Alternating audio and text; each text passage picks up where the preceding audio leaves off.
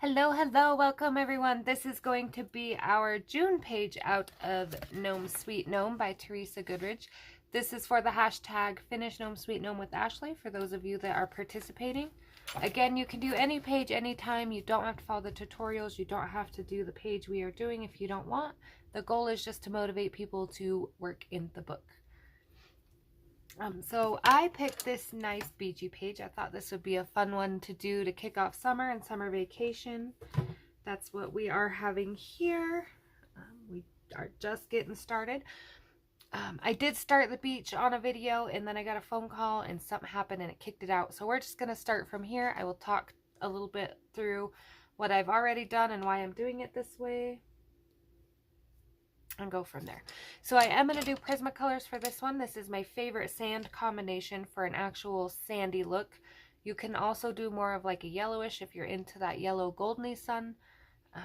But my color combination is going to be sepia for my shadows, dark brown, sandbar brown, light umber, ginger root, and cream.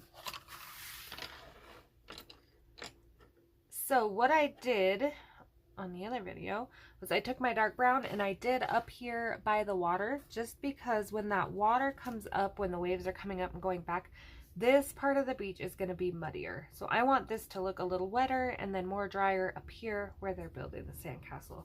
So I did go in with the dark brown and then also behind the hills. I am not blending anything together yet. I am just putting all these colors down. You can add colors, you can take away colors if you're not a fan of using so many. Totally up to you. The point of these type of videos is just kind of give you a good base, a good place to start, and you adjust to your style and needs from there. So I have done the dark brown. My next color that you will use if you're following this combo is your sandbar brown. And anywhere you put that dark brown, you're going to go over with the sandbar. And this is just so as we work our way to ginger root, we have some transition colors in here to help us with that. So we're not going from dark brown to cream because those don't mesh well. We have to baby step our way there. I encourage you to notice that this is wood also, so you're not going to want to use the same colors on your sand that you plan on using here, or we're going to lose this pole and we're going to have a floating umbrella. And then if you are struggling to pick colors for sand or your gnomes, the way I thought about it was I'm going to do a lighter tan sand and I'm going to put that in first. If you want it more of like a sailory sea kind of feel, you're going the reds, the blues, and the silvers, you might want more of a yellow sand. If you're going more tropical, the bright greens, pinks, things like that, then you might want more of a tan sand so them colors really pop. So you can play with the sand depending on what your color scheme for the rest of the page is going to be. So I left off with the sandbar. So this is my light umber.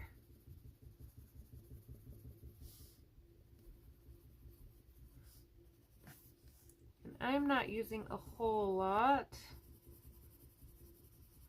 just kind of bringing out a little further where I left off with the other colors. Now I did shadow around my castles a little bit, so you will want to do that.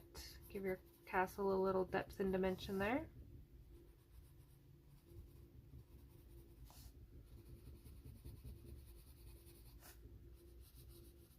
Now, if this page is kind of overwhelming and it's a lot going on, or if you struggle with finding the sand and all the tiny details, you can take your cream and your ginger root and you can come in and you can color all the sand first.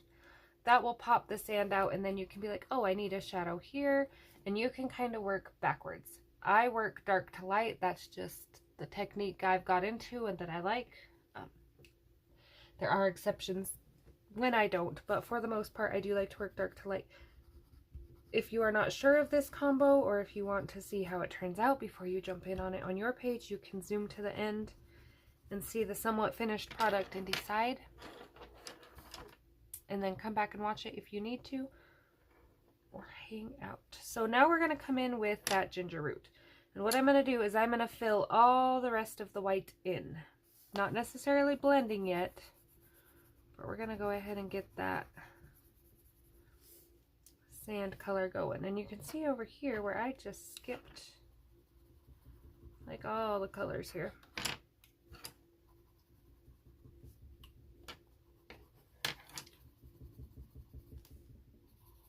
And it is going to look weird for a minute. It's going to be one of those kind of trust the process kind of things here. We will buff it out and even it out and get the sand look going here in just a minute. This just kind of shows me where all my sand is.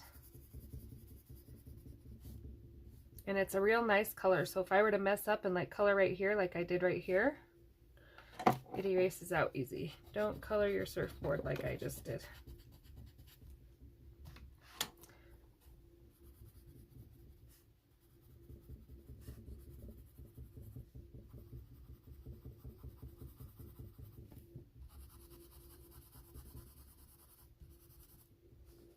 Okay, we're gonna go ahead and get this castle in here.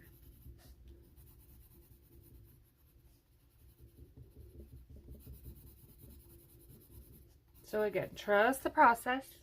It looks a little wild. It's not looking very sandy just yet.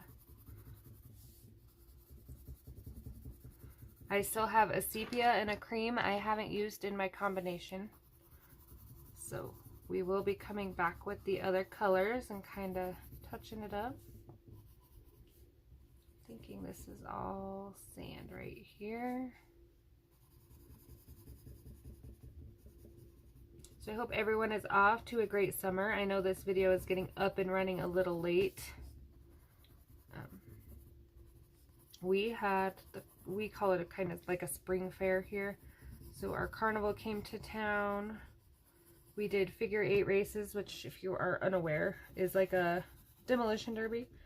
And my boys got to drive in that. We go to that every year, but this was their first year actually being in it. It's a lot more fun to watch when it's not your baby in the car, because my boy got flipped over. Someone got right under him and flipped him over, and that was a little scary. But they had good harnesses. They wear the big helmets, so no injuries. Just a little heart attack for Mom. Sorry about the shaking. I forget I'm at this little desk again, and it really gets to rocking with me here. Okay, so when we think we've got all the sand in, I think that's her arm. So this is sand right next to her shoe. That's surfboard. Don't color that again. Okay, I'm going to come back with that light umber now. And I'm just going to kind of use it to mesh those two colors together.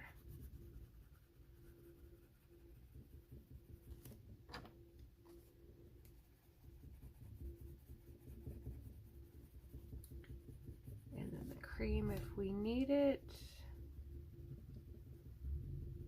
But I think I like that. Now where my sepia will come in will be my darkest shadows. So up here closest to the water, I'm definitely gonna darken.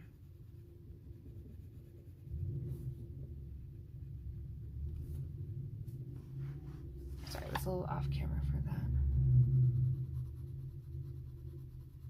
So this is my sepia.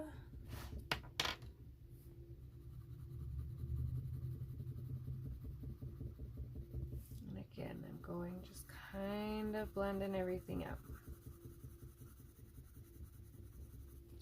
And this is really easy to adjust. You just go over it more if you don't like the ginger root showing, less if you like the ginger root look. The cool thing about coloring is no two people like the same thing, so you may not like my sand, but it might give you an idea of what you might want to do with yours. So just add in a little of that in so we get that nice gradient look here. And it is going to be a kind of a lot of playing with your colors, and this is that light umber. And notice I am just lightly going over the ginger root. I don't want to drown out my ginger root. I just spent all that time putting it in. I don't want it to be so bright either.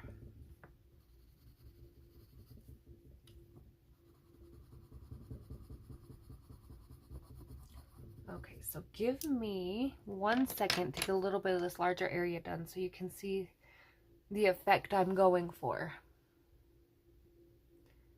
Okay, so not quite done yet, but we can see how it's starting to come together here. I thought I would kind of show you how I'm going to do the sandcastle with the shadows. So this is that sepia, and I am just darkening right along where them black lines are put in. And I am going to darken these windows as well, and inside this door. And the little grooves at the top.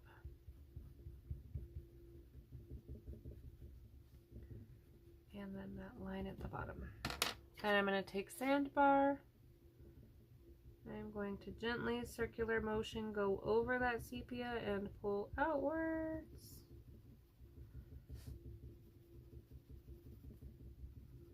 I do not have a super sharp tip. I don't need a sharp tip for this. I am just kind of pushing the colors out together. Now, one important thing we're going to want to remember when we put our sand in behind this is we want this to stand out a little, so we might do the sand behind it a little darker.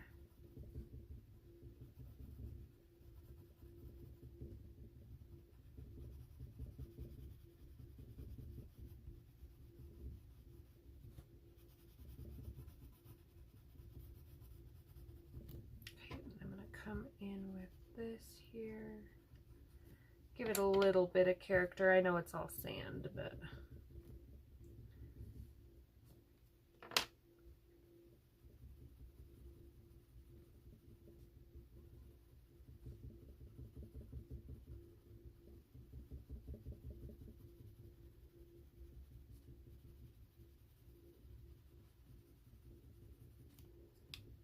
okay.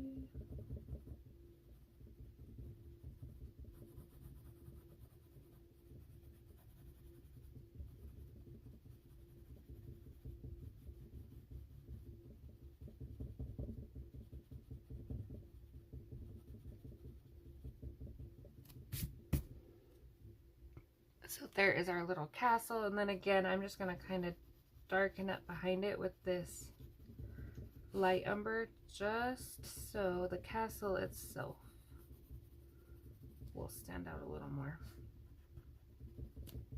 So I'm going to make it look like these little flags have shadows under them.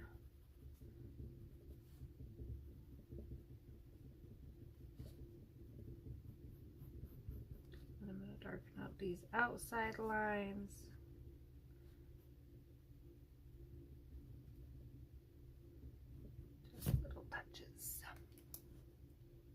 So that is going to be our sand, and I will get that finished up hopefully while the video is uploading, and then that way when you see the thumbnail you will see a completed page. Well, not a completed page, completed sand I should say, hopefully.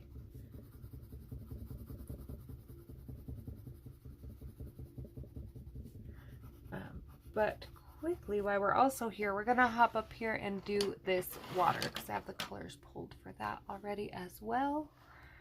So I am going to go a more blue. I do usually do oceans, more like a turquoise, light aqua kind of color, but this one I'm gonna do a little more, I think, dark bluish. So I pulled a multitude of blues here. The important thing about doing this water is going to be more technique, not necessarily the colors I'm using.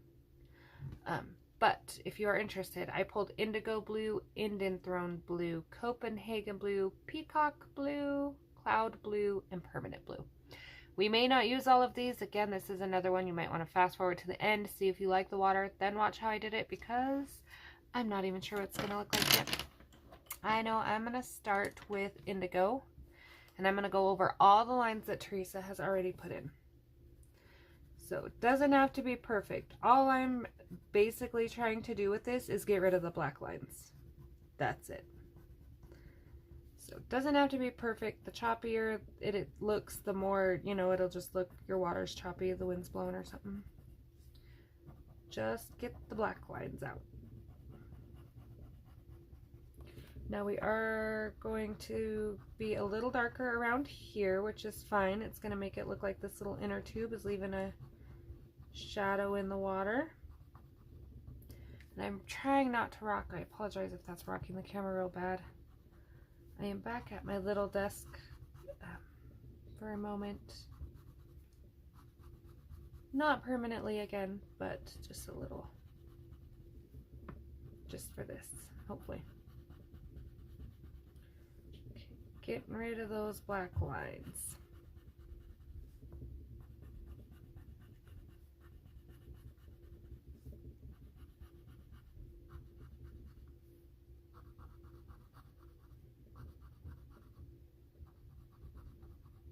So this one black line right here, I'm going to do the next shade of blue down so that I keep this kind of darkest blue around the inner tube.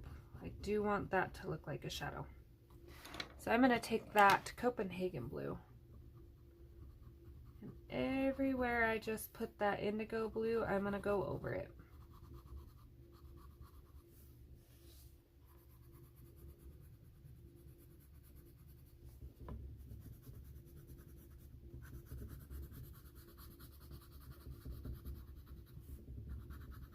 And I am pressing kind of hard, partly because I am heavy-handed anyway.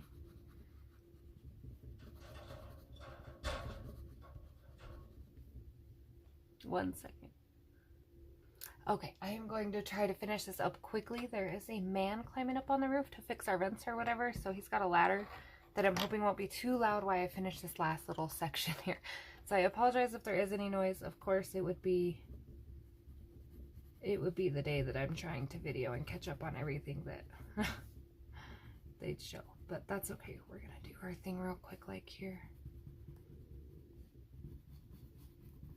Okay, so I am gonna pull a little bit of this peacock blue. This is gonna bring more of a greeny feel into it, so if I add any green down here or anything, and again, everywhere I put those other two colors, I'm just kind of adding this over the top and pulling out a little further.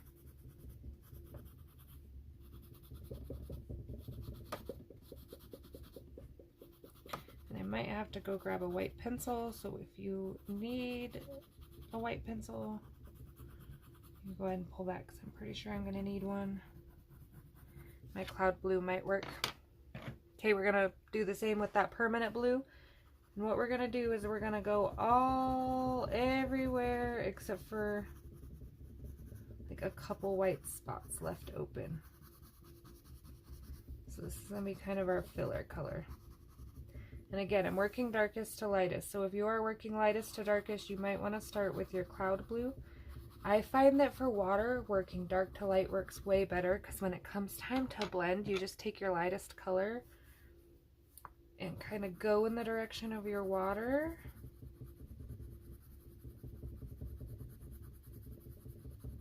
And we will get this beautiful looking natural feel of the water. This is where your white pencil would be. If you have one ready, you can also use white to blend. I am unprepared per usual.